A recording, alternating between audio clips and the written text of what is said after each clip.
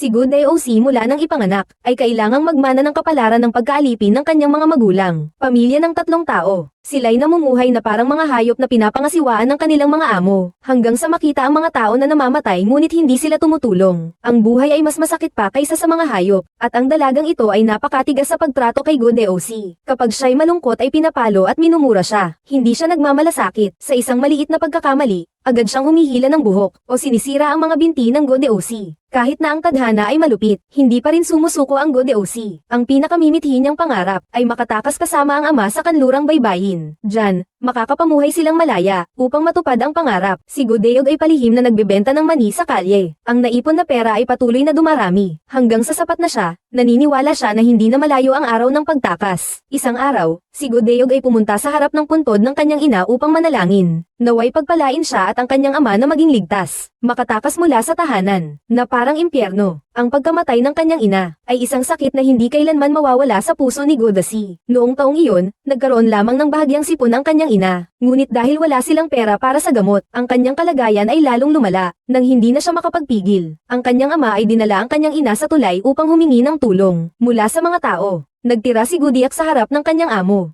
Ngunit hindi sila nagpakita ng awa, at pinalayas pa ang pamilya ni Gudiak. Sa huli, inilibing ang kanyang ina, nabuhay, at si Gudiak at ang kanyang ama ay nagpatuloy sa buhay ng pagkaalipin. Isang buhay na parang kamatayan. Sa kabila nito, ang matanda ay nag-aayos ng kasal para sa dalaga, sa panganay ng isang kilalang pamilya. Narinig ko na ang batang mayaman na ito ay nababaliw at may sakit na pagkamabagsik. Ang mga katulong sa bahay ay nagtatawanan na. Isang baliw ay nakatagpo ng isang malupit. Tunay na ito ay isinilang. Isang pares na lumipat sa batang baliw na iyon. Ang binata ay nagngangalang Seoin. Bagaman itinuturing na kakaiba, ngunit siya ay may pagkahilig sa pagsusulat at pagpipinta. At tin na siya ay isang artista. Ngunit para sa pamilyang Kaukay, isa lamang siyang walang silbi. Ang kanyang madrasta ay nagplano na itaboy siya palabas ng bahay. Inayos niya na ipakasal siya sa anak na babae ng isang bagong mayamang pamilya. Siya rin ang dalagang pinaglilingkuran ni Gudex. Isang araw, nagpanggap na isang ordinaryong tao si Young Master So kasama ang kanyang katulong at pumunta sa palengke. Ang pangunahing layunin niya ay upang tingnan kung maganda ang kanyang asawa. Doon niya hindi sinasadyang nakita si Gudok na palihim na nagtitinda ng mani. Pagkatapos makita ang dalaga, pareho silang nagtago sa bundok 8. Pinanood nilang dalawa ang dulang itinatanghal sa ibaba, at nagbigay sila ng kanilang sariling mga komento. Ibinahagi ni Gudok na para sa mga taong mahirap na tulad niya, ang mahalaga ay hindi ang pagiging maganda ng isang dula, maganda man o masama.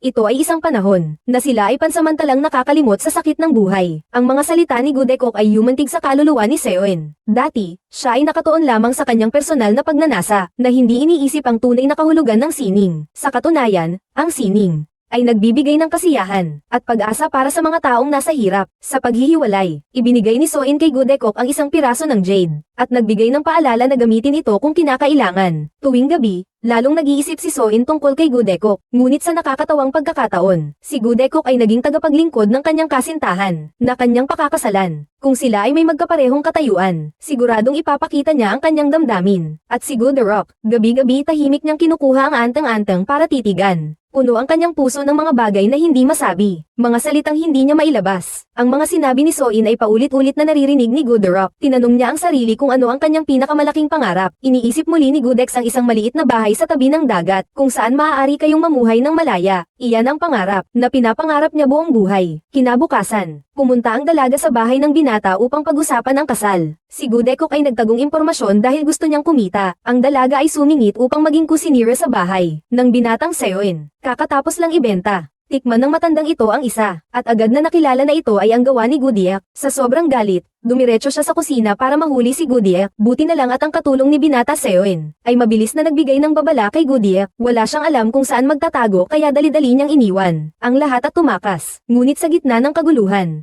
si Gudiak ay naligaw sa hardin ni Seoin. Bago pa man sila makapag-usap, dumating ang malakas na bagyo. Pumasok ang ina at ang dalaga sa hardin, at hiniling na mag-usap silang dalawa ng pribado. Dali-daling itinago ng binata si Gudiak sa likod ng isang screen. Nais ipagmalaki ng dalaga ang kanyang karunungan, at nagpanggap na matalino, sa pamamagitan ng pagbanggit sa aklat na Hongdu Dong Truyen. Sa totoo lang, si Gudok mismo ang nagbabasa ng aklat na ito. Ipinapakinggan niya ito sa babae. Ngunit, ang babae ay nagkukunwaring nakakaintindi at nagtatanong ng kung ano-ano. Kaya alam ni In na wala namang alam ang dalagitang ito. Kaya naman, nagtanong siya ng ilang mga katanungan, at agad na nahuli ang babae. Sa puntong ito, ang mayamang binata ay tuwirang inilantad ang tunay na mukha ng dalagang ito, Siya ay isang walang pusong tao, na minsang inilibing ang kanyang mga katulong ng buhay. Lahat ng ipinagmamalaki niya ay gawa ng kanyang mga alipin. Hindi kami kailanman mag-aasawa ng isang babae tulad mo. Pagkatapos ay kanyang ipinahayag ang pagkansela ng kasunduan. Si Gudiak ay nagtago sa likod ng kurtina. Napakalakas ng kanyang gulat na nagdulot ng ingay. Si Ginoong Sohee ay tumanggap kay Ra at hinayla ang screen. Nang makita si Gudekok na nagtago roon, siya ay nagalit. Inakusahan ni Gudekok ng balak na sirain ang kasal at siniraan siya. May relasyon siya kay Seoin. Dito nagsimula ang gulo nang dumating ang ina ng binata. Siyempre, naniwala siya sa salita ng dalaga. Agad niyang sinampal si Gudekok at pinalayas siya. Pagbalik sa bahay, inutusan ni Sohee si Ra na parusahan si Gudekok. Pinagsasaktan siya hanggang sa halos mamatay. Kahit na mahina ang kanyang ama, pinipilit pa rin niyang protektahan ang kanyang anak na babae. Sa gitna ng sakit, si Gudiak ay nagtaas ng isang daliri. Ito ay isang tahasang senyales sa pagitan ni Gudiak at ng kanyang ama, na may kahulugang dumating na ang araw na iyon. Kailangan na tayong tumakas. Ayaw talikuran ng dalagang ito ang kanyang balak na maghayganti. Nagpasya siyang ipahiya si Gudiak sa pamamagitan ng pagpapadala ng tao upang linisin siya at dalhin siya sa kwarto ng matandang lalaki para maging libangan. Ngunit pagpasok, biglang hinugot ni Gudex ang nakatagong armas at inatake si Lolora. Dumadaloy ang dugo sa buong kwarto. Dumating ang mga katulong sa tamang oras upang hilahin si Gudex Ra. Gusto ng dalaga na parusahan siya mismo, ngunit hinawakan siya ng mahigpit ni Gudekok at ibinuhos ang isang timba ng dumi sa kanyang ulo. Bago tumakbo, si Vu DC ay nakipagkita sa ama sa napagkasunduang lugar at pareho silang nagsimula ng pagtakas patungo sa dalampasigan. Kahit na ang pamilya ng dalaga ay nagulat at ang mga sundalo ay naghabol sa kanila, ngunit sa kabutihan, tumulong ng tahimik ang mga katulong sa bahay upang makaalis sila. Sa kanilang paglalakbay sa puting niebe, dumating ang mag-ama sa isang tavern. Ngunit sa kasamaang palad, nahulog ng kanyang ama ang bag ng pera sa ilog. Gudekok, pinatatahan si ama. Magpatuloy tayo ng isang hakbang sa isang pagkakataon at magiging maayos din ang lahat. Sa tahanan sila ay nananatili sa magdamag. Ngunit kinaumagahan, nagising si Gudok at natuklasan niyang nawala ang kanyang ama. Nagpasya ang kanyang ama na umalis ng tahimik upang hindi madamay ang anak. Nasasaktan at nawawala ng pag-asa si Gudok. Tumakbo siya sa paligid ngunit hindi pa rin niya natagpuan ang ama. Pagkatapos ay nagpa siya si Gudok na manatili sa tahanan at magtrabaho. Naghahanap ng kabuhayan at naghihintay na makasama muli si ama. Lumipas ang isang taon. Hindi pa rin nakatatanggap ng balita si Gudekok mula kay ama. Naawa ang may-ari ng bahay pahingahan sa kanyang kalagayan. Kaya tinuring si Gudekok na sariling anak at inalagaan siya ng mabuti. Sa isang malamig na araw ng taglamig, isang grupo ng mga bisita ang dumaan sa bahay pahingahan. Sa grupo ay naroroon si Ginang Taeyong, ang anak na babae ng isang mayamang pamilya. Ngunit siya ay hindi katulad ng ibang mga dalagang may kaya. Maawin siya sa mga tao. Bumibili pa siya ng mamahaling gamot para sa mga katulong sa bahay. Ngunit dahil si Ya ay lumaki sa ibang lugar, kaya hindi pa niya nakikilala ang kanyang ina at ang mga katulong. Mga sumunod na araw, si Taeyong at Gujok ay mabilis na naging magkaibigan. Ngunit iniisip ni Gujok na ang dalaga ay naaawa sa kanya. Subalit ipinahayag ni Taeyong, hindi ko kailanman naisip na ang aking pinagmulan ay nagbigay sa akin ng higit na karangalan kaysa sa iba. Sa halip, mas marami pang bagay na dapat kong panagutan sa iba. Matapos makipagkaibigan sa dalaga, unti-unti nang nagbukas si Gujok. Ito ang unang pagkakataon na siya ay nakatagpo ng isang dalagang mula sa mataas na lahi, ngunit namumuhay ng may kabutihan at katapatan. Labis na humahanga si Gujok sa kabutihan ng dalaga. Napansin ng may-ari ng bahay kalakal na mabuti ang mag-amang Taeyong, kaya't siya ay humiling na tanggapin si Gujok bilang kanilang ampon. Nag-aalala siya na kung iiwan si Gujok dito, palagi siyang magiging biktima ng mga masamang tao, pero hindi kanya kayang protektahan habang buhay. Si Taeyang ay umalis sa kanyang bayan noong bata pa siya. Hindi siya pamilyar sa lugar. Nang umuwi siya, agad na humingi si Taeyang ng tulong sa ama ni Gujok na maging anak niya sa pag-aampon, at nangako na ituturing niya itong kapatid. Nang pumayag ang ama, ang may-ari ng inn, ipagsuot mo sa kanya ang mamahaling damit, tapos ibalik mo ang pendant sa kanya. Umaasa ako na ang dalagang ito ay magkakaroon ng masayang buhay kasama si Taeyang. Nang mga sandaling iyon, binigyan din ni Taeyang si Gujok ng mamahaling singsing na iniwan niya bilang pagpapatunay ng malapit nilang pagkakaibigan. Ngunit, di nagtagal ang saya, dumating ang kapahamakan kay Gudok. Nang gabing iyon, isang grupo ng magnanakaw ang sumalakay sa tuluyan para mang-hold up. Sinunog nila at pinatay si Ama Taeyang at ang may-ari ng tuluyan. Nailigtas ni Gudok ang dalaga at itinago sa isang bakanteng silid.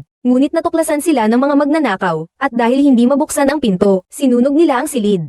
Habang may sunog, sinikap ni Gujok na makatakas, pero naipit si Taeyong ng isang troso sa paa, at hindi makagalaw. Nakita niya ang mabilis na pagkalat ng apoy patungo sa kanila. Ginamit ni Taeyong ang lahat ng lakas niya para itulak si Gunjok palabas. At siya ay nasawi sa apoy. Pagkatapos, nang magising siya, nalaman ni Gudok na siya ay nasa bahay ni Taeyong. Nakakita siya ng lola ni Taeyong. Tinawag siya ng lola na gising na si Taeyong. Naiintindihan ni Gudok na inisip ng lola na siya si Ginang Taeyong. Dahil sa singsing sa kanyang kamay, upang hindi saktan ng lola. Pansamantalang tinanggap ni Gudok na siya si Ginang Taeyong. Ngunit hindi nagtagal. Nagpa siya siyang lumuhad sa harap ng lola niya. At aminin ang lahat ng katotohanan. Hindi siya si Taeyong, kundi isang katulong na ang pangalan ay Gudok. Labis na nagulat ang lola niya sa narinig. At nasaktan sa pagkamatay ng kanyang apo. Tinatanong niya kung bakit nakadamit na sutla si Gudok at suot ang singsing ni Taeyong. Sa mga luha na dumadaloy sa gilid ng mata, nagkwento si Gudiak na nakatakdang ampunin ng ama ng dalaga. At siya mismo, si TIU First Day Taeyong, ay naglagay ng singsing sa kanya. Kasabay nito, sinabi rin niya na alam niyang ang mga tulisan ang nagdulot ng trahedya dahil nakita niya ang mga ito habang nag-iigib ng gamot sa gubat at natatandaan pa ang lungga nila. Sinabi ng ina na magpatuloy si Gudekok sa pagpapanggap bilang Taeyong dahil kung mabubunyag ang pagkakakilanlan ng kanyang katulong, magkakaroon ng malaking problema ang pamilya niya.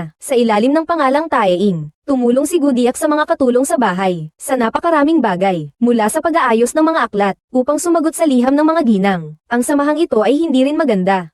Kapag may nangyari sa pamilya ng kanyang asawa, sila'y nagtatawanan. Karaniwan silang nagpapanggap na sumusulat ng liham upang magtanong. Ngunit sa katotohanan, ito'y pangungutya. Subalit paano nga ba natin haharapin ang kanilang pang-uuyam? Kaya't siya ang sumulat ng liham bilang kapalit. Gumamit siya ng mga magagalang ngunit matalas na salita, nasa braids. Ginagawa silang galit pero hindi alam kung paano bumawi. Nang malaman ni Taeyong, na si Gudok ay mahusay sa pananahi, at marunong magsulat, at gumuhit, siya ay labis na humanga. Isang araw ay humiling ang sheriff na pumunta si Gudok upang kilalanin ang pumatay sa pamilya ng dalaga. Kapag hinarap ang salarin, tinanggal ni Gudekok ang takip sa mukha at tumingin ng diretso sa kanya. Nagsalita ng mga matatalas na salita. Inuulit niya ang mga bagay na kanilang ninakaw. Hindi lamang yaman, pera kundi kinuha rin nila ang marangal na pangarap. Ang taong inyong pinatay ay dapat sana'y tumulong sa napakaraming tao. Kahit na bumaba kayo sa impyerno, ang kasalanan ay hindi kailanman mabubura. Matapos ang matagumpay na paghihiganti, dinala ni Gudekok ang mga regalo na inihanda ni Taeyong, at ibinigay ito sa lahat. Para sa lola ni Taeyong, nagbigay siya ng isang palayok ng aloe vera. Ayon kay Taeyong, ang halaman na ito ay may kahulugan na ang aloe vera ay napakatatag, parang ikaw.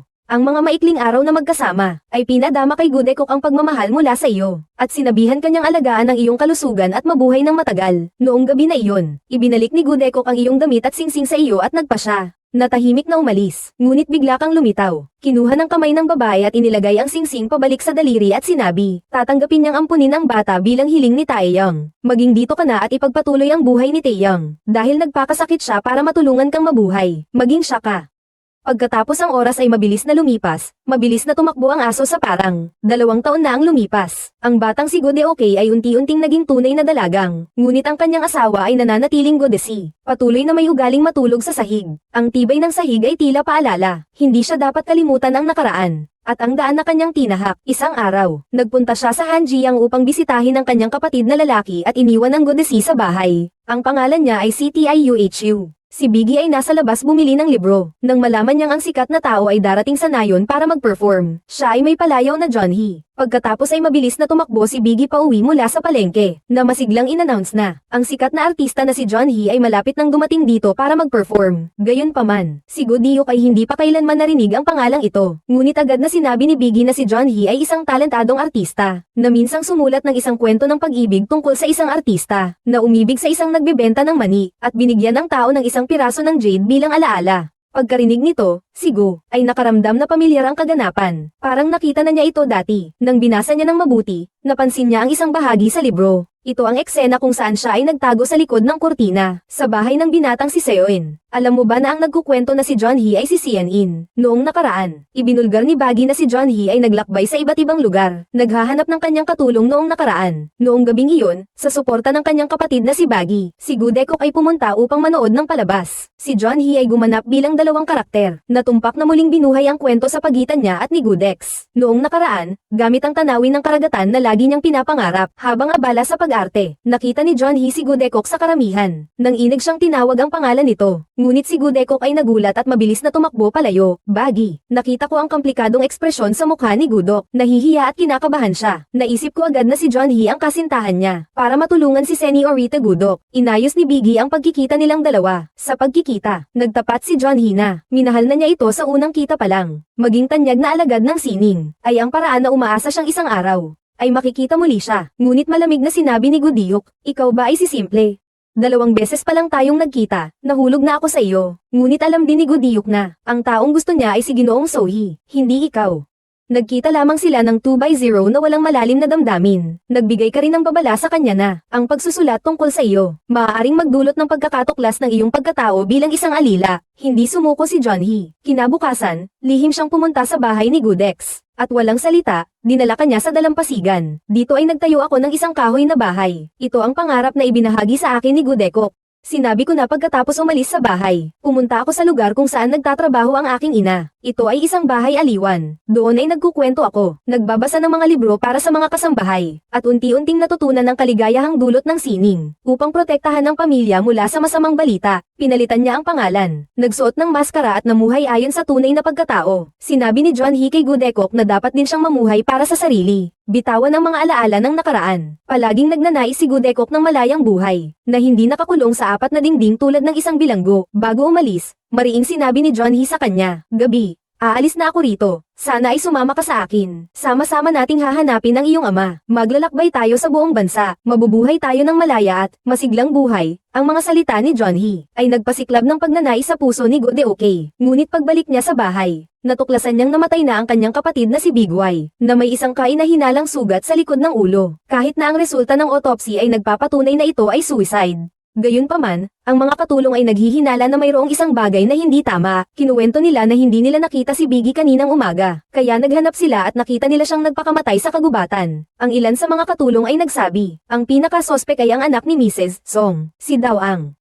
Ang taong iyon ay isang simboy na lihim na umibig kay Bagi. Gudekok ay gustong pumunta agad sa bayan, humiling na muling imbestigahan. Ngunit pinigilan siya ng malamig na ina ni Bagi. Sabi ng ina na tinitingnan nila ang mga mahihirap na parang basurahan. Para kay Biggie, hindi siya dapat manganganib. Sa pagkakakilanlan na itinago niya sa loob ng mahabang panahon. Makinig ka sa akin at umalis kasama si John Hee. Gusto lang ni Biggie na maging masaya ka. Naaalala ang pagkamatay ng ina, at ang mga taon ng pang-aabuso. Bigla siyang humagulgol. Pagkatapos ay masakit na nasabi niya na si Biggie ay kaibigan niya. Hindi niya maaring hayaan siyang mamatay ng walang dahilan. Hindi nagtagal, si Gudok ay naghanap kay John Hee. Ibinabalik niya ang amulet at tapat na sinabi, ako ang nabuhay para kay Taeyong. Kailangan kong tuparin ang kanyang pangarap na manatili at tumulong sa mga tao. Ngumiti si John Hee dahil palagi niyang nirerespeto ang kanyang desisyon at nagpapalim. Samantalang si Ginang, Mark, dahil sa labis na sakit, ay agad na pumasok sa bahay ng Ginang. Humiling ang Ginang na bayaran ng kanyang anak ang buhay ni Bagi. Ngunit, kahit na alam ng Ginang ang nangyari, nagkunwari siyang wala siyang alam.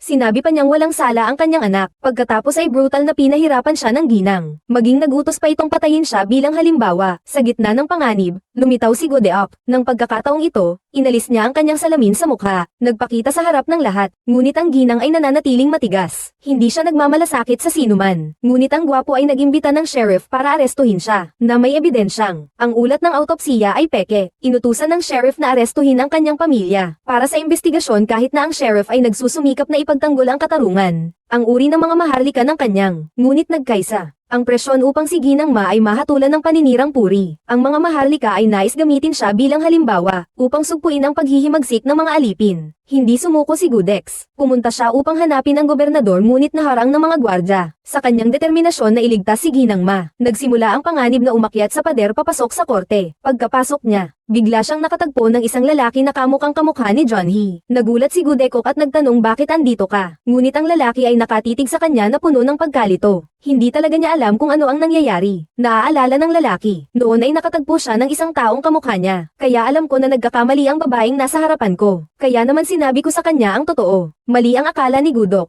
Napagkamalan niya akong si John Hee. Dali-dali kong ipinaliwanag na, hindi ako si John Hee, kundi si Sang Yun, ang anak ng bagong halal na gobernador. Nilinaw ni Sang Yun na, alam na ng distrito ito matagal na ang lupain na ito ay pinamamahalaan ng Liu Huong, at siya ay determinadong supulan ng kanilang kapangyarihan. Pagkatapos ay nagmungkahi si Sang Yun, natulungan si Gu Dekok na muling imbestigahan ang kaso ni Baggy, at hanapin ang katotohanan. Nagbigay pa siya ng ideya na, kung nais ni Gu Dekok na protektahan si Ginang Mat, at humingi ng katarungan para kay Baggy, dapat kang maging abogado sa kaso. Bagamat nag-aalala dahil hindi marunong sa batas, ngunit sa tulong ni Sang Yun, maari ni Gudok na maghanap ng mga batas sa aklatan ng bayan. Mula sa araw na iyon sa ilalim ng patnubay ni Sang Yun, nagsimula si Gudok na pag-aralan ang mga batas na kaugnay ng kaso. Nangako siya kay Sang Yun na kung siya ay magtatagumpay, hahanapan niya ng paraan upang makabawi sa kabaitan nito. Habang si Gu Diuk ay nagsusumikap para sa paghahanda ng kaso, ang pamilya ng mga Maharlika ay naghahanap ng kasunduan. Nag-alok sila ng 30 pirasong pilak na katumbas ng halaga ng isang kabayo, bilang kabayaran sa pamilya ng Baggy. Subalit si Gu Diuk ay nagalit at tumanggi. Tampok na ang buhay ni Baggy ay hindi matutumbasan ng halaga. Kahit na magbigay sila ng bahay o mahalagang ari-arian, hindi pa rin maibabalik ang buhay ni Baggy. Nagpahayag siya na dadalhin ang kaso sa hukuman, upang makamit ang katarungan, sa ilalim ng batas. Ang determinasyon ni Gu Dekok ay nagbigay ng pagkabigla sa lahat, at kahit si Sang Yun ay hindi nakaligtas sa paghanga. Noong gabing iyon, isang tagapaglingkod ng pamilyang Baek na nagngangalang Du ay pumunta sa Gu Dekok upang umamin sa kanyang kasalanan. Sa gitna ng luha, ikinuwento niya ang nakasisindak na katotohanan. Si Nguyen, ang mayamang binata, ay lihim na umiibig kay Baggy, at nais sanang tumakas kasama siya. Ngunit mariing tumutol si Ginang Song, dahil hindi niya matanggap na isang tagapaglingkod ang magiging manugang. Kaya't siya ay kinidnap ni Ginang Song. Inutusan niya si Yusok na apihin ang babae sa harapan ni Zhao Ang, para masira ang kanilang relasyon. Habang nagpupumiglas, nadapa si Baggy at nauntog ang ulo sa sahig na naging dahilan ng kanyang pagkamatay. Tinakpan nila ang pangyayari. Inayos ni Mrs. Song ang pinangyarihan para magmukhang si Baggy ang nagpakamatay dahil sa kawalan ng pag-asa. Nang malaman ni Gudok ang katotohanan, hindi niya napigilan ang pagluha. Tinatanong niya si Sok kung ano ang huling sinabi ni Biggy bago ito mamatay. Alang-alang ang ikinwento ng binata. Sabi ni Biggy, mas mabuti pang mamatay kaysa makita ang kanyang mahal sa buhay na inaapi. Hawak ang iniwang alaala ni Biggy. Hinanap ni Gudok ang binatang si Daoang. Nang malaman niyang lagi nitong iniingatan ang bato na regalo niya, humagulgol si Daoang. Umiiyak siya ng pagkalakas-lakas. Inamin niya na matagal na niyang mahal si Baggy, ngunit palaging iniisip na, ang kanyang nararamdaman ay hindi nasusuklian. Ang katotohanan na si Baggy ay mahal din siya, ngunit kailangang tiisin ang trahedya dahil sa agwat ng estado, ay nagdulot sa kanya ng pagdududa. Matapos malaman na si Zhao ang dahilan ng pagkamatay ni Baggy, hindi pwedeng pilitin si Gu Dekok na maging saksi laban sa kanyang mga magulang. Naiintindihan niya na si Du Yang ang mahal ni Baggy, kaya ayaw na niyang saktan pa ito. Pagkatapos, nagdesisyon si Gudok na palayain si Du Yang. Sa pangyayaring ito, siya ang hindi sinasadyang may kasalanan sa pagkamatay. Si Baggy, bilang isang alipin, ay kailangang sumunod sa kanyang amo. Kung hindi, haharap siya sa kamatayan. Ayaw din niyang iligtas si Aling Mat at kailangan magbuwis pa ng isa pang buhay. Kinabukasan, inihayag ng alkalde, dahil sa kawalan ng ebidensya, na pinatay ng pamilya ni Beach si Baggy. Ang kaso ay hindi matutuloy. Si Aling Mat ay nasampahan ng kasong paninirang puri, at kailangang tumanggap ng parusa na 10 roy, upang protektahan si Madam. Si Gu Diuk ay tumanggap ng buong responsibilidad, na sinasabing siya ang nagudyok kay Madam. Nang handa siyang tumanggap ng parusa, hindi na nakatiis si Young Master Daoang. Sa pighati ng kanyang konsensya, siya ay humakbang pasulong, at aminin niyang siya ang pumatay kay Baggy. Agad na inutusan ng gobernador na arestuhin si Daoang. Kasabay nito, naglabas siya ng bagong batas, na nagbabawal sa paggamit ng mga kasangkapan sa pagpaparusa sa mga katulong, nang walang sapat na dahilan. Ang batas na ito ay sinang-ayunan ng mga tao. Inorganisa ni Gudok ang paggunita kay Baggy. Nananalangin na sa kanyang susunod na buhay ay maging malaya at masaya siya. Dito, patuloy na nag-iisip ng paraan ang mga Maharlika para mapalugod. Nagplano ang gobernador na magpakasal ng isang dalaga sa kanilang angkan. Ngunit napagtanto ni Sang Yun na, ang babaeng gusto niyang pakasalan ay walang iba, kundi si Gujok. Nang ang ama ni Sang Yun na si Kijen, ay nagpadala ng sulat panliligaw sa lola ni Gujok, agreed siya agad dahil sa kanyang pagpapahalaga sa pamilya ni Sang Yun. Ngunit nag-aalala si Gu Diuk kung ang kanyang katayuan bilang isang katulong ay malalantad. Nag-aalala siya na ang buong pamilya ng alkalde ay magkakaroon ng problema. Kaya bago ang kasal, nagpasya siyang ipaalam ang katotohanan kay Sang Yun. Nung makita niya ito, sinabi niya ang lahat tungkol sa kanyang tunay na pagkatao. Ngunit sa hindi inaasahan, ipinahayag din ni Jung Yun ang isang lihim na ayaw ipaalam sa AI. Totoo, siya ay isang bakla sa lipunan noon. Kung mahuhuli, haharapin niya ang parusang kamatayan. Nakiusap siya kay Gu Diuk na pakasalan siya, dahil ang lihim nilang dalawa ay magkapareho. Pareho itong mga bagay na ayaw ipaalam sa AI. Kung magpakasal, Ang pagkakakilanlan ng asawa ng opisyal ay poprotektahan siya, at ang kasal na ito ay perpektong balot para sa kanya. Matapos ang masusing pag-iisip, pumayag si Gudekok. Sa araw ng kasal, nandyan din si Jeonhee. Dahil sa tapat na pagmamahal niya sa dalaga, pumunta siya dito para batiin ang kanyang kaligayahan. Subalit nang makita ang ikakasal na kamukha niya, hindi may iwasang magulat ang binata. Iniisip na hindi pa rin nakalimutan ni Gudekok ang tungkol sa kanya. Kaya't maghanap ng isang tao na katulad mo upang mahalin ka. Hindi alam ng katulong kung ano ang nangyayari. Sabihin sa amo, huwag nang maging isang prinsipe. Pagkatapos ng kasal, ama, ihanda ng asawa si Go Diuk ng isang pribadong opisina upang patuloy niyang matulungan ang mga mahihirap. Iyon ang kanyang hangarin. At ito rin ang pangarap ni Go Diuk at ni Ginang Taeyang. Noong gabing iyon, nagsabi si Sang-yun kay Go Diuk na hindi lang siya nais itago ang kanyang pagkatao. Nagtayo siya ng isang lihim na samahan para protektahan ang mga taong nasa katulad na sitwasyon. Sila ay sinanay sa martial arts para sa sariling depensa at magtago sa isang ligtas na lugar. Nagtatangka si Sang-yun matapos iligtas ang isang dalagang nagngangalang Munsu. Dadalin niya ang lahat sa isang bagong lugar upang maiwasan ang pagkakatuklas. Samantalang sa palasyo, isang taksi lang nagulat sa hepe ng mga gwardya, na si Lai Trong. Nasa bundok ng Vienfong ay may isang minahan ng ginto. Inalok niyang lihim na kaya ng minahan ng ginto na ito. Karamihan sa kita ay iaalay sa korte. Ang natitira ay ibabahagi sa mga lokal na kapangyarihan. Agad na naamoy ni Lai Trong ang mabangong kita kaya't kinausap niya ang kanyang asawa. Ngunit, mariing tumanggi ang kanyang asawa dahil kung mabubunyag ang plano, makukulong ang buong pamilya nila. Hindi niya ito kayang pag-usapan sa kanyang asawa, kaya't kinausap niya ang mag-asawang kapitbahay. Tatay ay determinado na hindi hahayaang mawala ang magandang oportunidad na ito. Mabilis, agad silang naghahanap ng mga tao para simulan ang pagsasamantala. Lumikha sila ng isang samahan ng mga mangangalakal, at ginamit ang pandaraya para lokohin ang mga mahihirap na pamilya. Sinamantala nila ang kawalan ng kaalaman ng mga magulang at nagpakita ng mga pekeng dokumento at pinilit silang pumirma sa mga kasulatan, na sa totoo lang ay mga kasunduan sa pagbebenta ng anak. Kapag ang insidente ay nadiskubre, sila ay gumagamit ng mga kasunduan na ito upang magsampa ng kaso laban. Hindi binibigyan ang mga magulang ng pagkakataong makuha ang anak. Isang araw, si Go Doc ay naglalakad sa kalsada. Sa hindi sinasadyang pagkakataon, nakita niya ang isang ama na dukha na nakaluhod. Nanlilimos sa samahan na ibalik ang kanyang anak na babae. Sa halip na makakuha ng awa, siya ay brutal na pinagbubugbog. Agad na nagtanong si Gudex, at natanto na hindi ito simpleng kaso. Upang malaman ang katotohanan, Gudekok ng mga katulong, na nagbihis bilang mga maharlika at sumanib sa negosyante. Natagpuan niya ang isang silid na mahigpit na binabantayan, kung saan nakakulong ang mga batang manggagawa, lalo na nakita niya. Ang tao ni Lai Trong ay nakikipag-ugnayan sa kalakalan. Ito ay nagdulot sa kanya ng pagdududa tungkol sa isang malaking balak. Matapos makuha ang 10 sapat na impormasyon, mabilis na umalis si Gudok. Sa daan pa uwi, bigla niyang nakita si Tiyong Kung Sang-yun. Sinasabing siya ay nag-eensayo. Ngunit pumasok siya sa isang lugar na tinatawag na Aitam. Bumalik sa bahay. Nagulat si Gudok tungkol sa insidente kay Cho Cho Kyugin. Pagkatapos ay nakatanggap si Kyuji ng isang lihim na sulat. Sa sulat ay nagbabala na ang mga negosyante ay nagmamasid sa kanya. Mula doon ay ipinagpalagay niyang ang mga negosyante ay pagsasamantalahan ang kanyang kawalan upang ilipat ang tao sa lugar ng transaksyon. Nagpa siya si Kyuji na magpalabas ng pekeng balita na siya ay aalis para sa isang negosyo. Kasabay nito ay nagtalaga ng mga sundalo na magtago sa daan. Nang ang mga mangangalakal ng mga manggagawang kabataan sa bundok, Vienfong ay biglang inatake ng mga sundalo. Subalit mas marami ang mga mangangalakal at nagiging hindi pabor ang sitwasyon. Sa puntong ito, isang nakamaskarang tao ang lumitaw at tumulong sa mga sundalo upang talunin ang kaaway. Habang nagaganap ang labanan,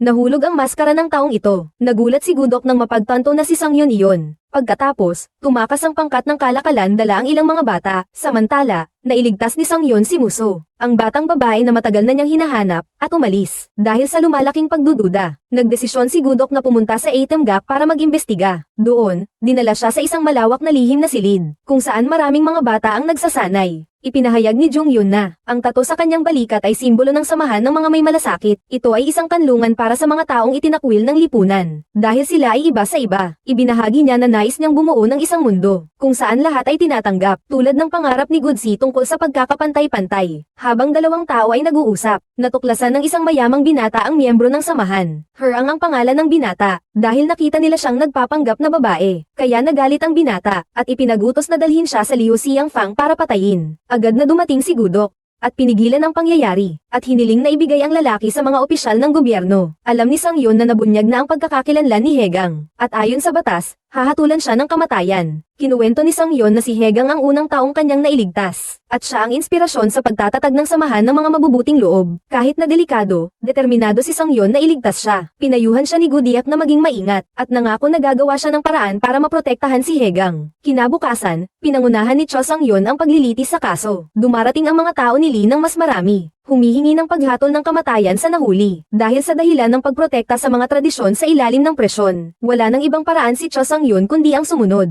Si Ginoong Kejon kahit na may maganda siyang layunin, ngunit hindi niya kayang labanan ang presyon mula sa mga partido, at mahirap ding tanggapin ang pag-iral ng mga homosekswal. Idineklara niyang hatulan ng kamatayan ang bilanggo na si Heang. Nang si Yun ay nagpasya ng hilahin ng espada upang iligtas ang tao, biglang sumulpot si Gudekok na may hawak na isang dokumento. Malakas siyang nagdeklara na wala ni isang batas na nagsasaad na ang mga bakla ay dapat hatulan ng kamatayan. Sa kasaysayan, may mga katulad na kaso, tulad ng utos ng hari na dalhin sila sa isang liblib na lugar upang mamuhay ng mag-isa. Kahit ang hari ay hindi maaaring basta-basta ipatay ang mga tao. Kaya bakit tayo ay maaaring gumawa ng ganoon? Ang argumento ni Gudiyuk ay nagpa-silent sa lahat dahil sa tapang at matibay na dahilan. Naligtas niya si Hang. Labis na nagpapahalaga si Sang Yun, pero binigyan ka ni Gudok ng babala na maging maingat ka. Kung sakaling matuklasan ang samahan, ituturing silang mga rebelde at haharap sa parusang kamatayan. Pagkatapos ng pangyayaring hindi sinasadyang pagkikita ni Gudok sa batang babaeng si Bongsun, siya yung batang babae na nasugatan ng mga grupo ng mga umaaresto ngunit nasagip naman. Isinilang ni Bongsun na maraming iba pang mga bata ang nasugatan rin. Ang mga nagtitinda ay dinala na sa bundok Vienfong. Kasabay noon, ang isang masamang tao na si Chachon ay nakarinig sa dalawang bata na nag-uusap tungkol kay Bongsun at napasigaw ng pagsisisi dahil hindi siya nakasama sa pagtakas. Ang taong ito ay agad na ginamit ang bata para makakuha ng karagdagang impormasyon. Nang malaman, may mga samahan ng mga taong may mabuting puso na nagsasanay ng martial arts. Ginamit ni Li Zhang ang impormasyong ito para ibahin ang direksyon ng atensyon ng mga opisyal ng pamahalaan. Iniulat niya na ang samahan ng mga taong may mabuting puso ay pinagtataguan ng mga rebelde. Agad na pinalibutan ng mga opisyal ng pamahalaan ang samahan ng mga taong may mabuting puso para protektahan si Sang Yun. Ngunit si Heang ay sinalakay ni Cha Chunra. Itong masamang tao na ito, napansin sa balikat ng taong iyon ang isang tato na may salitang kalooban. Iniutos niya na hulihin ang lahat ng AI na may ganitong marka. Pinalad si Sang Yun na makatakbo at makauwi. Gudiak, tulungan mo akong mag-empake upang makaalis sa bayan na ito. Ngunit biglang pumasok ang ama, at hinihingi kay Yon na habarin ang damit para suriin. Dahil sa presyon, hindi itinago ni Yon. Aminado siyang bakla siya, at kusa niyang ipinakita ang tato sa balikat niya. Nagalit ang ama, at ipinahayag niyang pinuputol na niya ang relasyon nila bilang ama at anak. Dito naman, sina John Hee at ang katulong ay relax na relax. Dumating ang mga gwardya, sinasabi na ibaba mo ang iyong damit, at agad na hinubad ng katulong ang damit. Matapos tingnan ang mga estilo, pareho nilang nakita na papalapit si Gudok habang hinahabol ng mga gwardya. Dinala ni Gudok si Sang Yun sa isang silid na taguan. Hindi inaasahan na nandito si John Hee para protektahan si Sang Yun. Ang lalaking nagkunwaring si Sang Yun at sumailalim sa pagsusuri. Ang mga gwardya ay umalis nang walang iba pang pagdududa. Ipinahayag ni John Hee kay Gudekok na dalhin siya palayo rito. Huwag hayaang maging walang silbi ang iyong kabaitan. Sa wakas, sinamahan ni Gudekok si Sang Yun patungo sa bangka na ligtas na umalis. Ngunit, hindi sumuko si Li Trong at ang inspector na si Kwang. Iniabot nila ang utos ng hari na nagpapaalis kay Pari Sang Yun at kinumpiska ang lahat ng kanyang ari-arian na ibinigay kay katulong na si Li Jung. Si Pari Sang Yun ay labis na nasaktan sa balitang ito, kaya't siya'y bumagsak. Namatay siya sa gitna ng pagsisisi ng lahat. Tungkol naman kay Gujok, siya'y determinado na huwag sumuko sa pag-asa. Nangangako siyang ipagpatuloy ang pagsisiyasat sa katotohanan tungkol sa bundok Vienfong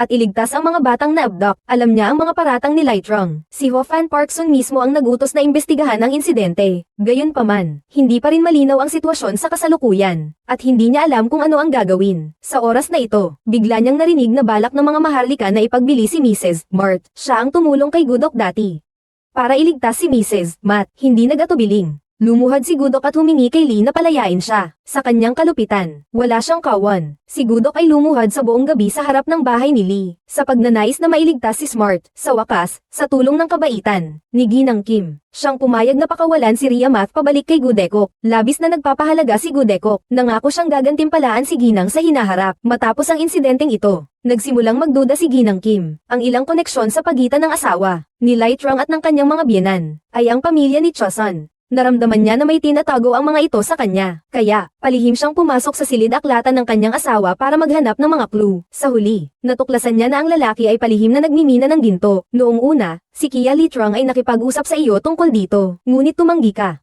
hindi mo inasahan na ang iyong asawa ay patuloy na gagawin ito nang hindi sinasabi sa iyo. Nang matuklasan mo ang katotohanan, hiniling mo sa kanya na itigil ang pagmimina ng ginto dahil kung mahuli siya, ito ay magiging parusang kamatayan. Ngunit ang lalaking ito ay may walang katapusang kasakiman at ayaw makinig sa sinuman. Sapagkat ngayon, ang ama ni Sang-yun ay patay na, kaya't walang sino man ang makakapigil sa kanya. Noon lamang napagtanto ni Ginang Kim na ang kanyang asawa ang nagparatang ng mali sa ama ni Sang-yun, at dahil dito'y namatay ito ng walang sala. Ngunit kahit alam niya iyon, hindi na maaring magbago ng anuman. Sa huli, iniwan ni Ginang Kim ang kanyang testamento at umalis, dahil ayaw niyang maghanap ang kanyang manugang. Gayunpaman, ang pamilya ng kanyang biyenan ay naglaro ng kasamaan. Nang sila'y naging kaaway, nagpakalat sila ng masamang balita. Inakusahan nila si Ginang Kim na tumakas kasama ang isang lalaki. Sa oras na ito, ang mga katulong ay sinamantala ang kaguluhan upang ibigay kay Go Deosi ang mapa patungo sa minahan ng ginto at mga mahahalagang impormasyon. Kasabay nito, nalaman ng katulong na ito mula sa mga kaibigan na si Lee Trong ang nag-akusa kay Bi Sang-yun dahil siya ay naging hadlang para sa kanilang plano sa pagmimina ng ginto. Dito, malinaw na ang lahat ng bagay ay kinilala ni Gudok na lahat ng mga lihim ni Lee Trong ay nasa bundok Vienfong. Kaya't upang makahanap ng ebidensya, nagpa siya si Gudok na umakyat sa bundok Vienfong upang mag-imbestiga pa. Bago umalis, nandito si John Hee kay Gudekok dahil narinig ni John Hee ang chismis na ang Edim ay may kaugnayan sa mga bakla at naalala niya na si Sang-yun ay mayroon ding katulad na senyales. Kaya tinanong niya si Gudok kung si Sang-yun ba ay naiiba.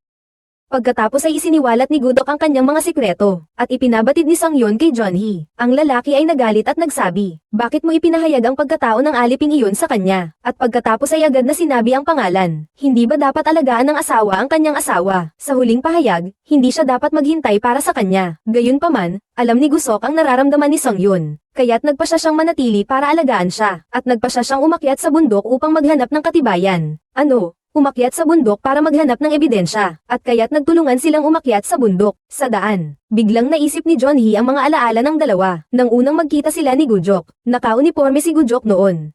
Nagbahagi ang dalawang tao ng mga alaala, at nagbiro si Gujok na ngayon ay asawa na siya ng isang lalaki. Kaya huwag mo nang isama sa mga usaping puso. Ngunit hindi nagtagal. Habang papunta sila sa bundok ay malapit na silang mahuli. Kaya kailangan nilang huminto saglit. Nagsimulang ikwento ni John Hee kay Gudekok ang mga kwento tungkol sa mga nakaraang paglalakbay. Ngunit hindi tumitigil si Gudekok sa pag-iisip tungkol sa mga hamon sa hinaharap. At sa gabi, nagtigil sila sa isang kubo na may damo sa gitna ng bundok. Pinapayuhan ni Gudiak si John Hee na umuwi. Dahil sa labas ng pagkukwento, wala siyang kaalaman sa sining ng pakikipaglaban. Ngunit matibay ang desisyon ni John Hee na manatili. Hindi siya aalis kay Gudiak. Pagkatapos ng isang gabi ng pag-uusap, pareho silang nag-iisip ng mga bagay na malayo sa malaking bahay. Masasarap na pagkain at iba pa pero sa katotohanan, ito ay isang abandonadong bahay na malungkot. Kinabukasan ay ipinagpatuloy nila ang kanilang paglalakbay. Habang pareho silang huminto upang kumain ng tanghalian, hindi nila alam na sila ay natuklasan ng mga tao sa ilalim ng bundok. Sa panig na ito, ang mga taga-Masid ay naaalala ang sinabi ni Go Deosi kanina tungkol sa pagsisiyasat sa bundok Vienfong. Nagpa siya siyang alamin at pumunta sa bahay ni Lai Trong upang imbestigahan ang lihim. Pagkatapos makapasok sa bahay ni Lai Trong, natuklasan niya na ang bahay ni Lai Trong ay nasa tapat ng bundok Vienfong. Samantalang, ang taong si Lai Trong ay nagulat kay punong buwis Park Jun tungkol sa paglitaw ng taga-suri. Sa usapan, narinig niya ang taga-suri na binanggit ang bundok Vienfong. Nagmamadali si Park Jun, ang hepe ng buwis, na matuklasan ang katotohanan.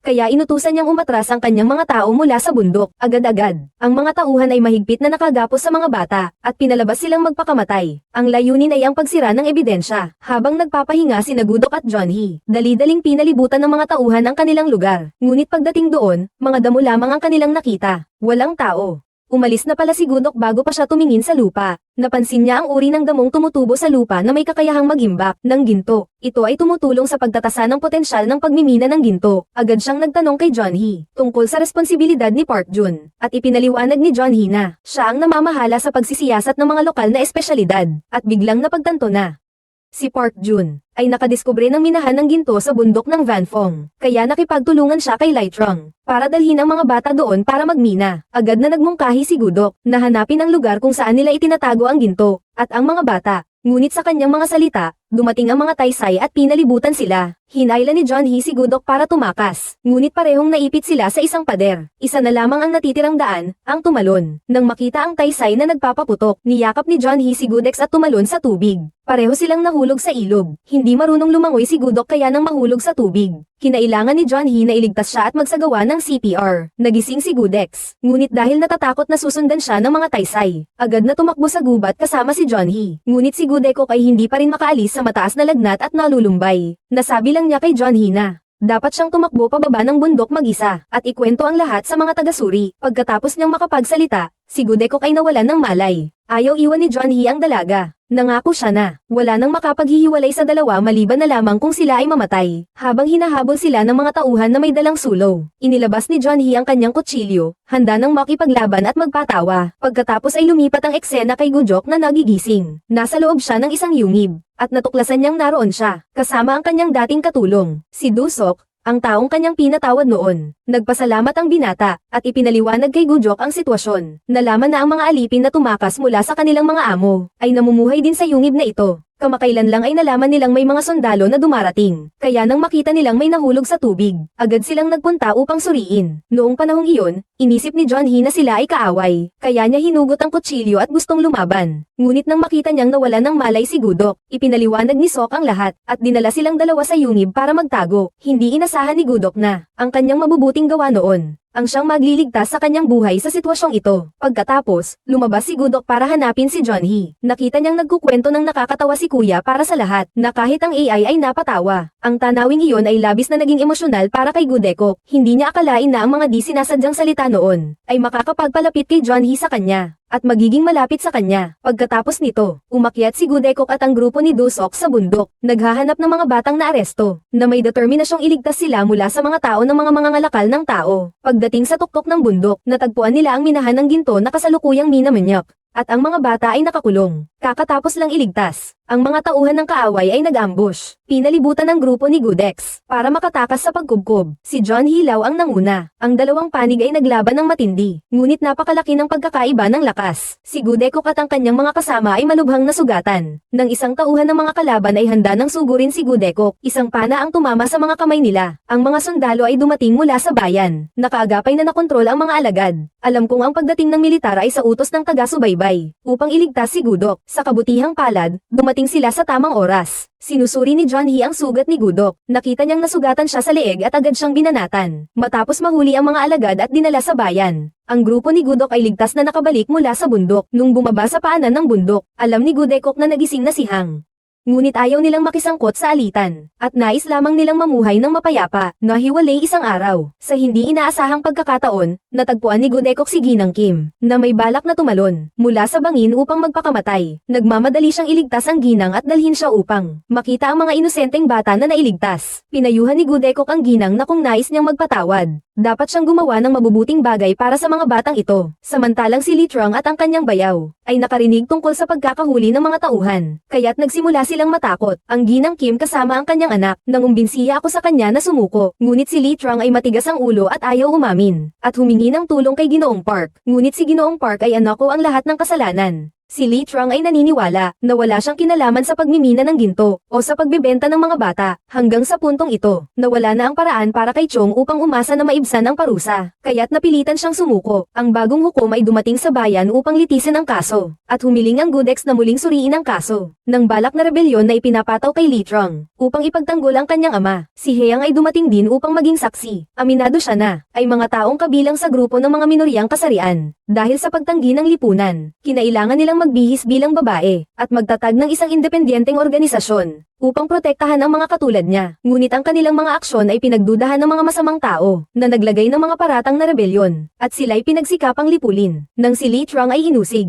dahil sa ilegal na pagmimina ng ginto, hindi siya nag-isip na si Gudekok ay tutulong sa kanyang depensa. Isinulong ni Gudekok na ayon sa batas, kung magpapasailalim ka, ikaw ay maaring mapawalang sala. Pinagtanggol siya ni Gudekok. At sa wakas ay pinakawalan si Litrang dahil sa kawalan ng kaso. Pagkatapos ng insidente, hinanap niya si Gudok para tanungin kung bakit tinulungan siya nito. Ipinaliwanag ni Gudok na si Ginang Kim ang tumulong sa kanya, kaya naman niya ito ginantihan ng kabutihan. Sinabi pa niya, sa batas, pantay-pantay ang lahat, kahit na ang kalaban, si Lee. Nang marinig iyon ni Lee, nakaramdam siya ng hiya. Kaya lumuhad siya at humingi ng tawad, at nagdeklara na ibabalik ang mga ari-arian at mga alipin kay Gusok, bilang pagtubos. Pagkatapos ay dinala ng kapatid ni Gudekok ang larawan ng ama pauwi. Nagpasalamat siya kay Gudekok sa tulong. Nakita ni Gudekok ang mga katulong sa bahay na masaya. Hindi may kaila na siya ay masaya dahil nakatulong siya sa kanila. Kapatid ni Gudekok, nagpasalamat sa kanyang hipag. Nangako siyang pagsisikapan na makapasa bilang pinakamagaling upang suklian ang kabutihan. Nang maayos na ang lahat, si Gudekok ay lumapit kay Jeonhee. Nagpasalamat siya sa kanya dahil sa pagtulong sa kanya sa buong panahong ito. Sinabi ni Gudekok kay Jeonhee na ang mga tauhan ni Hegang ay naghanap sa kanyang asawa at naniniwala na hindi magtatagal ay babalik na ang kanyang asawa. Binibigyan ni Jeonhee si Gudok ng isang jade hairpin bilang regalo.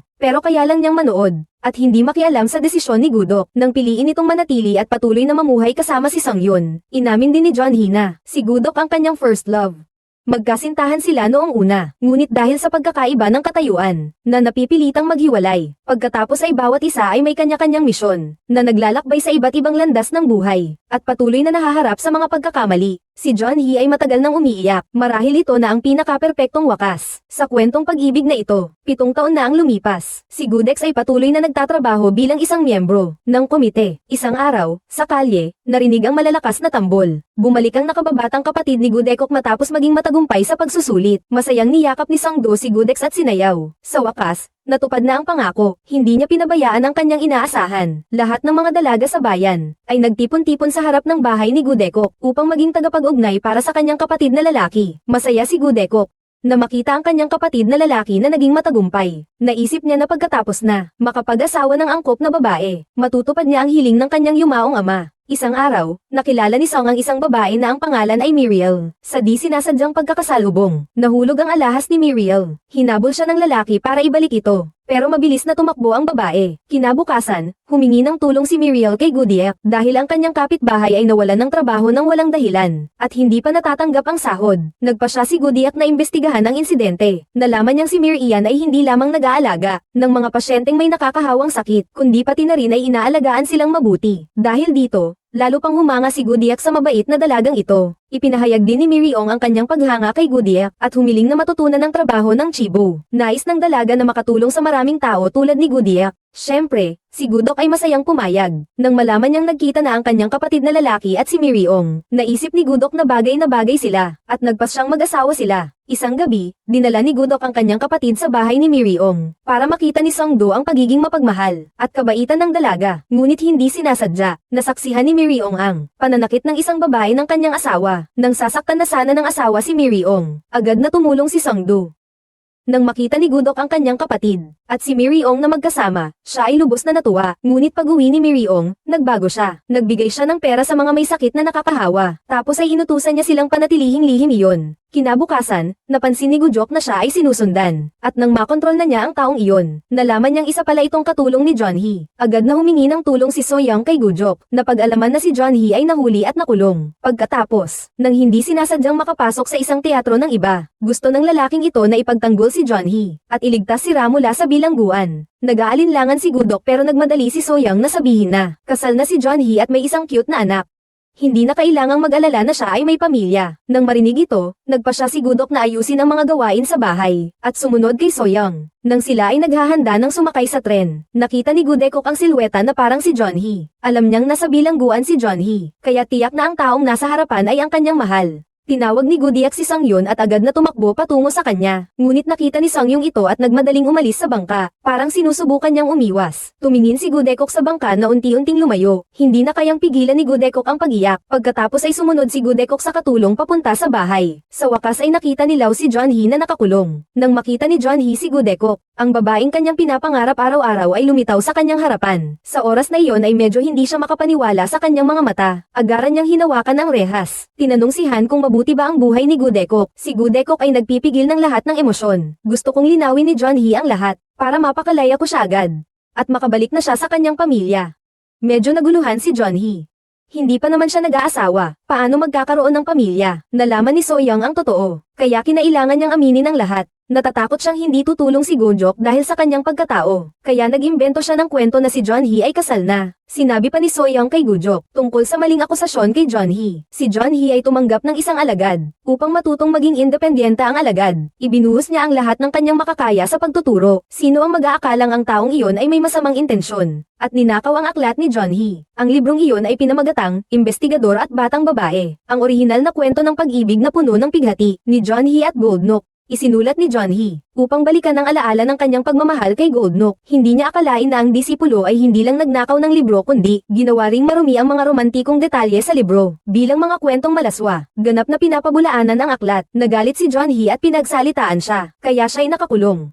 Walang balak si Son-hee na ilathala ang aklat na iyon. Isinulat niya ito upang alalahanin ang mga alaala sa pagitan nila, at ang kanyang unang pag-ibig, alaala ito na para lamang sa kanilang dalawa. Matapos marinig iyon, nagalit din si Goodyeok. Kung siya iyon, sana'y pinabayaan na siya. Tapos, ginamit niya ang kanyang katayuan bilang isang opisyal ng hukuman. Upang makausap ang alkalde, ipinaliwanag niya na si John-hee ay ang panganay na anak ni Ginoo Song. Kung malalaman ni Ginoo Song na ang kanyang anak ay nakakulong, tiyak na malalagay sa alanganin ng alkalde. Ang alkalde ay hindi naman talaga nagbigay pansin kay John-hee na isang simpleng tagapagkwento lamang. Ngunit nang malaman ang tunay na pagkatao mo, hindi na siya naglakas loob na maging pabaya, at nakinig sa payo ni Goodex. Isinagawa ang pampublikong paglilitis ng kaso. Nagbigay si Goodekok ng dalawang aklat, sinabing ang isa ay orihinal, at ang isa ay kopya, pangalan ng alagad. Sa gitna ng takot ay aksidenteng nasabi ang orihinal, nasunog na siya. Nagtagumpay si Goodex na himukin siyang sabihin ang katotohanan. Pagkatapos ay humiling siya sa dalawa na muling isulat ang nilalaman sa libro. Sa lugar John-hee ay mabilis na sumulat. Malinaw ang peking pangalan ay hindi makasulat ng kahit isang salita. Nagalit siya ng labis na inalis ang buong mesa. Dito na ang AI ang may akda. Ang AI ay malinaw na isang plagiarist. Ipinahayag ng lalawigan na walang sala si John-hee. At ang kanyang alagad ay pinarusahan ng 30 latigo. Ang lahat ay naayos na. Panahon na rin para umuwi si Goldnox. Ngunit si John-hee ay nagdadalawang isip. Kumaway siya sa kanyang utusan para humanap ng paraan para pigilan si Goodekok na umalis. Nagsinungaling si Sorong na sira ang bangka kaya hindi makakaalis. Hinikayat niya si Goodekok na manatili pa ng ilang araw. Kaya't napilitan ng sumang-ayon si Goodekok. Sinabi ni Goodekok kay John-hee na siya ay pinalaya. May tulong din mula sa kanyang ama. Bago siya umalis, sumulat siya ng liham kay Ginoong Song. Hindi niya inasahan na si Ginoong Song ay personal na darating. Mula pa sa simula, hindi maganda ang relasyon ng kanyang ama at siya. Pinaalalahanan niya si John-hee na makipagkita sa kanyang ama kahit isang beses. Sinabi rin ni So-young na mula nang pumanaw ang ginang, lubhang lumala na ang kalusugan ni Ginoong Song. Dapat magkaayos ang mag-ama. Ngunit, nagtatampo pa rin si John-hee dahil sa pagpapalaya sa kanya sa bahay, at ayaw na ayaw niyang makipagkita sa kanyang amang si Gudok. Nanatili siya sa kanyang grupo ng teatro. Nakatingin si John-hee habang nagsasanay siya ng sayaw, hindi niya magawang alisin ang kanyang mga mata. Nang nagmamadaling itago nang dumating si John-hee, ipinaliwanag niya ang kanyang intensyon, na gustong humingi ng tulong sa katulong para bumili ng kaunting regalo para sa pamilya. Kusa itong tinanggap ni John-hee, dahil pamilyar din siya sa lugar na ito. Bumili sila ng belo. Si John-hee mismo ang nagsuot kay Goodyeok at tinanong kung kasya ba ito. Ayaw maging malapit ni Goodyeok kay John-hee. Gamitin ang magalang na tono sa pakikipag-usap sa kanya. Umaasa si John-hee na tratuhin siya tulad ng dati. Isipin na ang 2 araw na dito ay totoo. Tulad ng muling pagbabalik ng mga alaala. Sumang-ayon si John-hee na isipin ang lahat bilang isang maikling panaginip. 2 tao sa kalye. Matagal nang ikinwento ni John-hee. Binigyan niya si Gudok ng isang pangalan. Ang ibig sabihin ng Juncho ay ibon na lumilipad. Umaasa ako na Goodekok ay tulad ng ibon na lumilipad na walang pagkaalipin. Magpakailanman ay malayang lumipad. Tinatanong ni Goodekok kung bakit sila ay hiwalay ng 7 taon. Bakit siya ay nananatiling nag-iisa hanggang ngayon? Ang puso ng lalaki ay kumikilos. Sabi ni John-hee na siya ay sapat na kasama si Goodex. Pagkatapos ay pinawalang bahala ng dalawa ang mga alalahanin at masayang naglalaro. Pumili ng mga paboritong bagay. Mga sandali na magkasama. Palaging nakatingin si John-hee kay Gudok. Gusto niyang itala ang kanyang imahe. Sa puso, hindi kailanman malilimutan. Sa daan pa uwi, sinabi ni Gudok na umuwi na si John-hee. May kailangan siyang gawin. Naghanap siya kay Tinang Dainan. Inalok ko sa pagdalo sa pagtatanghal ni John-hee. Upang maayos ang hidwaan sa pagitan ng dalawang ama at anak. Sa gabi, ibinuhos ni John-hee ang lahat sa kanyang pagtatanghal. Si Goodex ay nasa gitna ng madla, samantalang si Ginoong Tong ay nasa itaas. Napagtanto rin ang pagmamahal ni John-hee sa kanyang pagtatanghal. Kaya tinanggap ang pinili ng kanyang anak. Nagtapos ang pagtatanghal. Nag-anunsyo ang mga tauhan ng teatro ng magandang balita. Sila ay inanyayahang maging mga kinatawan ng kultura sa malaking pagtatanghal. Lahat ay pumalakpak at pumuri. Masayang sumigaw si Gujok. Lahat ay nag-inuman at nagdiwang. Samantalang si John-hee na hindi umiinom ay nakatingin sa lahat. Ngumiti siya habang pinapanood sina Gujok at So-young na sabik na umiinom. Pinaalalahanan ng katulong si Gujok na manatili. kahit na ang asawa niya ay hindi lumitaw sa nakaraang 7 taon. Nagtanong si John Hee ng mas malinaw. Ngunit sinabi ni Soyoung na ito ay isang haka-haka lamang. Dahil inutusan siya ni Gujok na huwag ipaalam ito kay John Hee. Sa puntong ito, dumating si Ginoong TNG upang hanapin si John Hee. Sinabi na ni Gujok siya ay inanyayahan upang manood ng palabas. Ngayon, handa na siyang tanggapin ang lahat mula kay John Hee. Umaasa si John Hee na makauwi. Masaya si John Hee nang marinig ang kumpirmasyon ng ama. Ang hidwaan sa pagitan ng ama at anak ay sa wakas ay naayos. Nagpasalamat si John Hee kay Goodyeok para sa lahat ng kanyang ginawa para sa kanya. Sabi ni Goodex nais niyang makita si John Hee na masaya. Napabuntong hininga si John Hee. Sana ay totoo ang sinabi ng katulong. Hindi na babalik si Sang-yun sa ganitong paraan. Maaari mong hawakan si Goodekok sa iyong tabi. Handa akong isuko ang lahat para makasama si Goodyeok. Sinabi ni Goodyeok ulit. Patuloy siyang mamumuhay bilang asawa ni Sang-yun. At umaasa na ikaw ang magiging pinakadakilang tagapagsalaysay. Si John Hee ay nakahiga sa hita ni Goodekok. Hawak ang kanyang kamay. Nakiusap siya na magkasama tayo ng tahimik sa sandaling ito. Ito ang huling pagkakataon para sa kanila na magkapalagayang loob. Pagkatapos ng panaginip na ito, lahat ay mawawala. Nung magising si John Hee, umalis na si Goodekok. Para sa kanya, ito ay isang panaginip na hindi na mauulit. Pagkagising, nag-iisa siya muli. Itataas niya ang alaala ng mga araw na magkasama sila. Gagamitin ang natitirang buhay upang alalahanin si Goodekok. Bumalik si Goodekok sa kinaroroonan niya. Siya ay humagulgol habang niyayakap si Maxim. Pinipigilan niyang tumulo ang kanyang mga luha, at ang kalungkutan ay pinilit na bumalik sa realidad.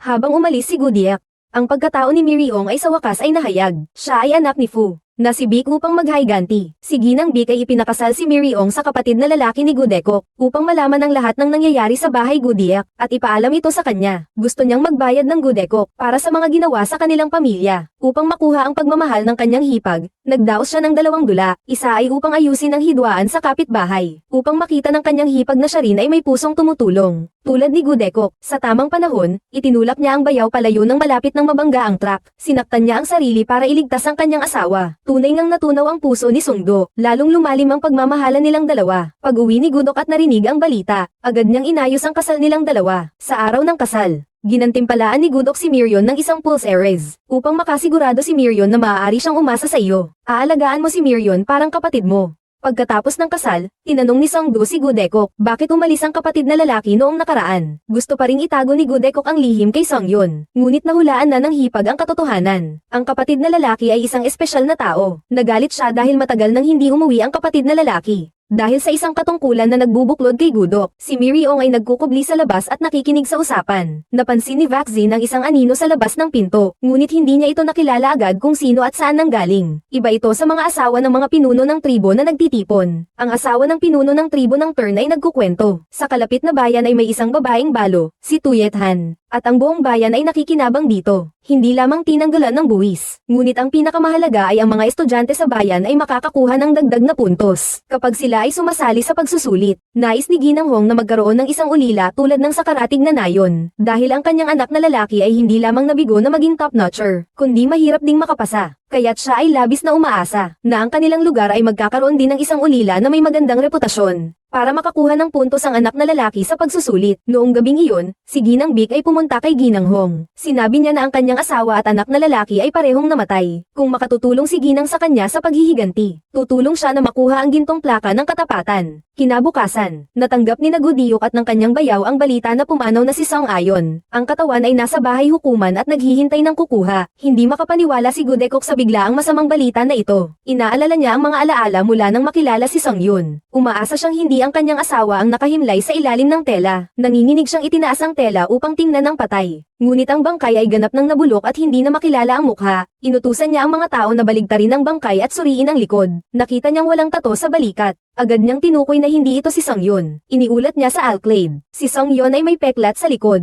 Maliban kung may kasunduan, hindi ito mawawala. Ngayon ay napansin din ni Song Do ang bangkay. Hindi siya katulad ng kanyang kapatid sa pangangatawan. Wala rin siyang mga kalyo sa kamay ng isang martial artist. Hindi tinanggap ni Gudok. Batay lamang sa bangkay at isang panyo. May nakalagay na pangalan si Song Yun, na nagkukumpirma na siya ang kanyang asawa. Nagsiuwi ang dalawa matapos makilala ang bangkay. Sinabi ni Mark kay Goodekok, ang mga bulong-bulungan na kumakalat, na si Miriong ay sumusunod sa utos ni Ginang Bik, siya ay naglagay ng isang manika na may karayom sa kanyang silid patulugan. Si Ginang Hong ay nakipagsabuatan sa labas. Sinasabi ni Lo na ang balita tungkol sa bata ay ipinanganak ni Gudok. Dahil sa pagkainggit ni Gudok na ayaw na magkaroon ng anak ang kanyang hipag, sinabi pa na may relasyon si Gudok sa kanyang bayaw. Nag-aalinlangan si Gudok kung sino ang nagkalat ng balita. Si Maxim ay nagulat kahapon na may nakita siyang isang anino na nakasilip sa labas ng opisina. Natakot si Miriong na mahuli.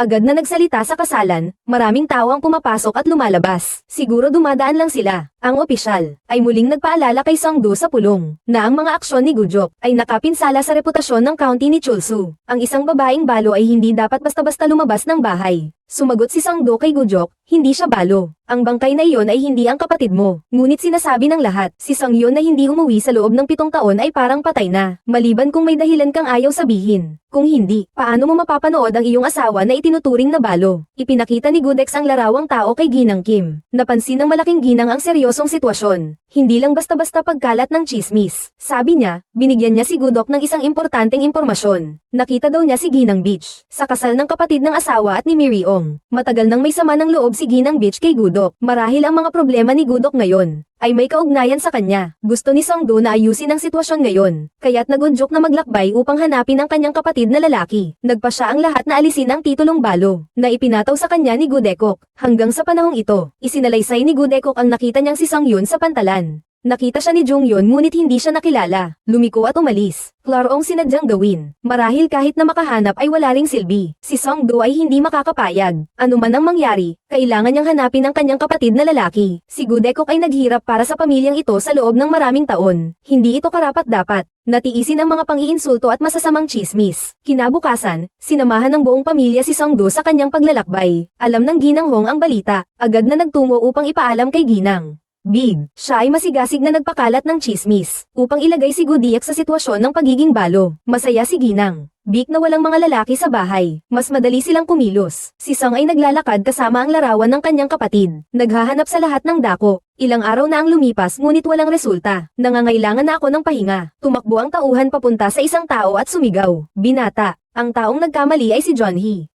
Nakita ni Songdo ang reaksyon ni John Hee. Alam niyang hindi ito ang kanyang kapatid. Nakilala na niya si John Hee noong bata pa siya. Lumapit ang binata at ipinaliwanag ang pagkatao ni John Hee. Sa pamamagitan ng reklamo ni Tai Tinang, nalaman na sa loob ng 7 taon, hindi pa bumalik si Songyun. At si Gudekok ay tinuturing na balo. Napakahirap ng sitwasyon. Sinabi ni Soyoung kay Songdo na, umalis na sa bangka ang iyong kapatid na lalaki patungong Titan. Matapos umalis ang kanyang asawa, pinilit ni John Hee na tanungin si Soyoung kung may itinatago siya. Nagsalita siya tungkol sa nakita si Songyun sa pier pero umalis na. Sa harap ni Gudok, hindi pa kailanman nakita ni Soyoung si Gudok na umiiyak. Na ganito kasakit. Nagalit si John Hee para kay Gudok. Naniniwala siya na hindi karapat-dapat si Gudok na malaglag ang kahit isang patak ng luha dahil sa walang kwentang taong iyon. Gayunpaman, naiintindihan ng katulong ang nararamdaman ni Gudekok na iligtas ni Gudekok ang wasak na pamilya ni Songyun. Nag-iisa niyang pinalaki ang kanyang bayaw. Ngayon ay tinatawag pang balo. Ginampanan niya ang tungkulin ng isang manugang. Ngunit si Songyun ay nagbingi-bingihan sa kanya. Natural lang na masaktan si Gudiak. Si Hee ay pumili ng tulungan si Gudiak sa kabila ng labis na pagdurusa, at pinili pa ring iligtas ka. Ako'y nasaktan. Gusto kong agad na hanapin si Gudiak, ngunit pinigilan ako ni Sorong. Ako ngayon ay panganay na anak ng pamilyang Song. Si Gudiak naman ay may asawa na. Kung makikialam ako sa buhay ni Gudiak, hindi rin siya susunod sa'yo. Ang bagay na yan ay lalo lang magpapahirap sa'yo. Alam ni John Hee na tama ang nagsisilbing katulong, ngunit naiisip ang paghihirap ni Gudekok. Hindi siya makakapagpakatatag na nakatingin sa kanya bilang isang balo. Sa ibang lugar, sinusuri ni Gudekok ang mga lumang tala, at ipinapakita ito kay Miriong. Isang nakakakilabot na pagtuklas. Ito pala ay ang kaso ng pamilyang Big. Ngunit ang katotohanan na nakasulat sa mga record ay lubos na naiiba sa sinabi ng kanyang ina. Nagulat siya at tinanong kung ano talaga ang nangyari kay Big Y. Ikinuwento ni Maxen ang buong pangyayari sa pagkamatay ng anak niya. Nakinig siya ng may matinding panghihinayang. Si Mrs. Beck pala ang pumatay kay Baggy. Ngunit ang anak na lalaki ay kusang loob na umamin si Young para sa mga magulang na nagresulta sa kanyang pagpapalis. Siya ay labis na nagsisisi ngunit walang magawa. Kumuha si Miriong ng mga dokumento upang tanungin ang kanyang ina. Sa mga dokumento ay nakasulat ang tunay na nangyari sa kaso.